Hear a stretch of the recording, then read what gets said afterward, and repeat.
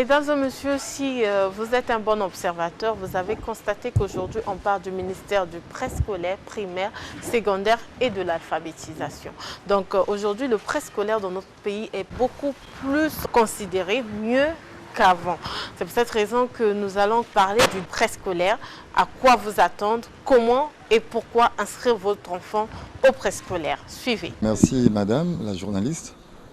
Je voudrais d'abord rappeler que le cycle préscolaire, c'est un cycle qui est notamment défini par les lois congolaises. Donc vous constaterez qu'au niveau du ministère, avant c'était le ministère de l'enseignement primaire, secondaire et de l'alphabétisation. Mais aujourd'hui, on a ajouté le préscolaire parce que nous avons constaté que le préscolaire aussi devait être considéré comme tous les cycles primaire, collège, de l'enseignement général. Donc le nouveau ministère s'appelle maintenant le ministère de l'enseignement préscolaire, primaire, secondaire et de l'alphabétisation. Tout cela montre l'importance du cycle préscolaire. Donc nous avons 3 sections. Il y a la petite section, la moyenne section et la grande section. Toutes ces sections ont un programme bien défini qui est régi par le ministère de l'enseignement préscolaire. Donc vous allez constater qu'ils ont un livre-programme dont les enseignants sont tenus de suivre tout ce qui est édicté par ce livre. Pour réaliser ce programme, évidemment, il faut que les parents puissent avoir tous les manuels que les écoles demandent pour l'apprentissage de l'enfant. Évidemment, comme chez nous à l'école ici, nous avons les manuels que nous demandons pour que les enseignants s'appliquent avec les élèves, les apprenants. Donc ce sont des cycles qu'on dirait, vous voyez un enfant qui est en bas âge, pour que l'enfant soit éveillé, quand il va arriver au primaire, il doit passer par la maternelle. C'est vrai qu'au niveau de la maternelle, un élève ne peut pas échouer, mais c'est un cycle qui lui permet d'être plus éveillé quand il va arriver au niveau du préscolaire. Donc, en quelque sorte, nous préparons les enfants pour bien passer leur cycle primaire. Généralement, nous demandons souvent aux parents d'acheter un petit cahier de 192 pages. Les enfants ont un ciseau à bourron, un paquet de gouache, parce que là-dedans, ils doivent faire des dessins, tout ça. Il y a les tailles crayons, gomme, paquet de crayons couleur, paquet de crayolas, des ardoises cartonnées, les bois de craie, cahier de 2 lignes, cahier de dessin. Et nous avons des manuels comme toute ma maternelle. Ce sont ces manuels-là que les enfants utilisent. Là-dedans, il y a des cours prévus pour toutes ces sections-là. Ceux qui font petite section. Un enfant qui est déjà au P3, qui a bien suivi sa grande section, est facilement admis en classe de CP1. Il n'aura pas trop de difficultés pour faire l'alphabet français, puisque l'enfant a déjà appris toutes les lettres. L'enfant connaît les voyelles, les consonnes. Et ça, on peut déjà commencer à apprendre ça dès le préscolaire. Au niveau du préscolaire, nous avons ce qu'on appelle l'éducation motrice. Là où on apprend aux enfants à faire ces petits exercices de corps pour la mobilité du corps. Et évidemment, nous avons des jours que nous avons prévus pour l'éducation motrice. Mais ce n'est pas l'éducation physique. En quelque sorte, au niveau du préscolaire, on ne peut pas peut-être parler de l'éducation physique comme telle, mais on parlera plus de l'éducation motrice parce que à l'âge où sont les enfants, il y a quelques mobilités que l'on doit apprendre aux enfants à faire des petits exercices de corps, tels que sauter, debout. Tout ça, ça fait partie de l'éducation motrice. En ce moment-là, les enfants apprennent tous ces exercices dans cette épreuve-là qu'on appelle éducation motrice. Le corps humain a besoin, que nous soyons petits, grands ou vieux, nous avons besoin d'un peu de sport. Même les petits enfants, il faut commencer à leur apprendre le sport déjà dès le bas âge.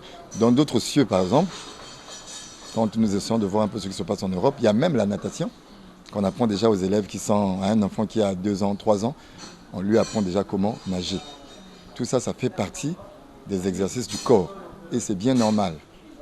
Donc il n'y a pas de danger. Mais ces enfants-là, ces apprenants sont surveillés par leurs éducatrices. Ils sont en toute sécurité, donc les éducatrices suivent les mouvements qu'ils font. Et c'est pour la santé aussi de leur corps. Mesdames et messieurs, bonjour et merci de votre fidélité à l'émission De vous à moi. Vous savez que le 1er octobre de chaque année, au Congo, c'est la rentrée scolaire. Et dans notre pays, si vous ne le savez peut-être pas, l'école est obligatoire jusqu'à l'âge de 15 ans. Donc si vous avez un enfant chez vous à la maison, vous devez penser à envoyer cet enfant à l'école. Ce n'est pas une option, mais c'est une obligation exigée par la loi. Pour parler de cette rentrée scolaire, dans quelles conditions les écoles privées ou publiques vont recevoir les enfants chez nous au Congo, nous avons choisi de recevoir un promoteur. Il s'agit du promoteur de l'école Jeff Junior Private School, Monsieur Jeff. Bonjour Monsieur Jeff. Bonjour Madame. Merci d'avoir répondu à notre invitation. Alors c'est la rentrée scolaire, dans quelles conditions votre école va recevoir les élèves? Comme vous constatez, l'école est en train de s'améliorer du jour au jour. Et cette fois-ci, on a essayé d'améliorer les conditions des salles de classe, les conditions dans la cour de l'école. Comme on est arrivé là, on est arrivé par rapport aux questions qu'on a données aux enfants. On a demandé aux enfants qu'est-ce qu'on peut faire sur l'école. Vous avez fait un sondage. Voilà. Et sur ce sondage-là, la majorité des élèves sont venus tout en nous disant, bon écoutez, il y avait telles conditions dans les classes, les tables, bon, ce n'était pas digne d'une école privée, et on a commencé là. Donc vous êtes débarrassé de toutes les tables rondes avant, traditionnelles, qu'on avait l'habitude de s'asseoir pour remplacer par des chaises. C'est une belle aventure. Bien sûr, on le fait étape par étape. L'année passée, on a commencé par le préscolaire, et cette année, on est au primaire, et on va attaquer aussi les lycées. Voilà. Quelle est l'innovation de cette année? Bon, l'innovation, c'est que nous, on a toujours pensé que l'école, c'est une place où on doit amener beaucoup de changements avec la technologie. Et quand tu parles de l'innovation, ça dépendra d'où.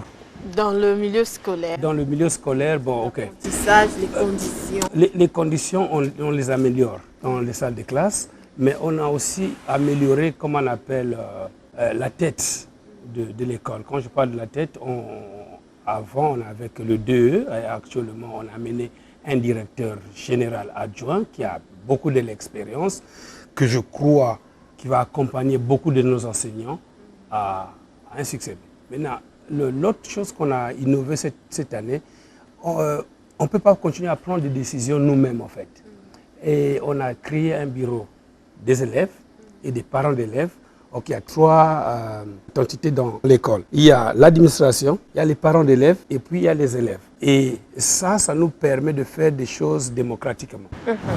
Donc vous avez mis en contribution des parents d'élèves dans un bureau, un peu comme une association. Yes. Quelle est la capacité d'accueil de votre école aujourd'hui? On peut recevoir jusqu'à 560 élèves. C'est des classes de 20-20. Si nous puissions partir dans les classes de 36, on peut prendre plus que 560. Mais mon expérience en Angleterre est que les petites classes donnent de bons résultats. Et on se limite au maximum 20 élèves. Et dans 20 élèves, ça nous donnera une capacité de 560 élèves. Et qu'est-ce que vous pouvez dire aux élèves qui vont venir ici, qui hésitent? Certains, quand on parle de l'école bilingue, se disent « Waouh, c'est difficile, je dois apprendre l'anglais, je dois à la fois mémoriser mes leçons et tout, le programme congolais. » Ils se disent que ça peut être difficile. Qu'est-ce que vous pouvez dire aux élèves qui sont intimidés? Au primaire, je veux dire, il n'y a rien de difficile dans la vie. C'est la détermination qui fait qu'on puisse arriver au résultat. Ce que je pourrais dire aux élèves et les parents qui hésitent encore, c'est de venir, de prendre contact avec la direction et on aura des conversations constructives. Ouais, venez poser vos questions et puis on vous dira. Et je reviens sur la difficulté d'apprendre l'anglais. Moi, jusqu'en terminale, avant d'aller en Angleterre, je ne parlais pas l'anglais. Okay. Revenons encore, c'est la détermination. Et puis, tout ira. Venez.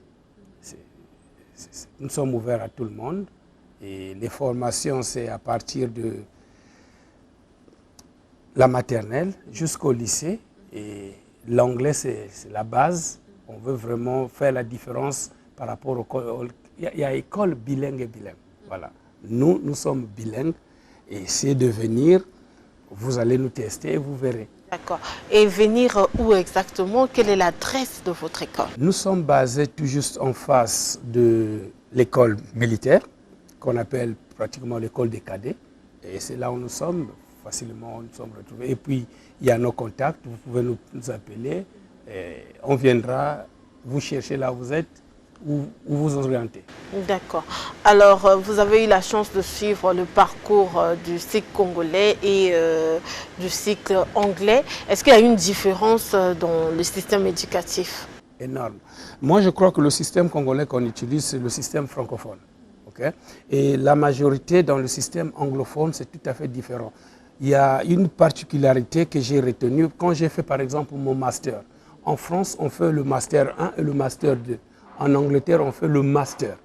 Donc, tout simplement, tu as 1 an. Mais dans les 1 an que tu as 6 mois, là où tu as des cours théoriques, et le reste de l'année, c'est pratique, et ta thèse aussi pratique. Et tu verras que c'est vraiment pragmatique, l'enfant apprend.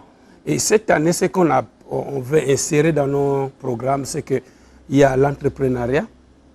Et dans l'entrepreneuriat, on a voulu inciter aux enfants d'avoir déjà l'idée d'entreprendre, que d'avoir des idées dans la tête, bon, je serai fonctionnaire. Il faut qu'on apprenne à nos enfants à entreprendre. Est-ce qu'ici, il y a des redoublants? Il y a des enfants qui répètent la classe 2 fois? Bien sûr. Sauf qu'en Europe, ça n'existe pas. Ça, là, il y a ce débat aussi. Parce qu'il y a des parents qui ne veulent pas entendre du fait que l'enfant répète la classe 2 fois. Est-ce que vous pensez que le système doit évoluer quand même? Je crois que le système doit évoluer, mais en Europe, le système en Europe est tout à fait différent ici. En Europe, un enfant qui n'a pas de niveau, il y a un support physique qui arrive. Il a des professeurs qui sont là pour cet enfant-là. Il y a des heures que cet enfant-là doit rester. Donc, si ici on prend ce système-là, ça nous demandera plus de travail, plus de ressources, que ce soit humaines ou financières aussi. D'accord. Quel est l'état d'esprit des enseignants qui attendent de recevoir les apprenants ici? Ils sont très, très, très motivés. Tu vois, cette année, c'est plus que les années passées. Ça, franchement, le corps enseignant sont très, très, très, très ravis parce qu'on a mené beaucoup de ressources pour eux, surtout le département d'anglais. Ils ont vraiment beaucoup de choses actuellement, beaucoup de ressources et ils sont à l'attente des enfants. D'accord.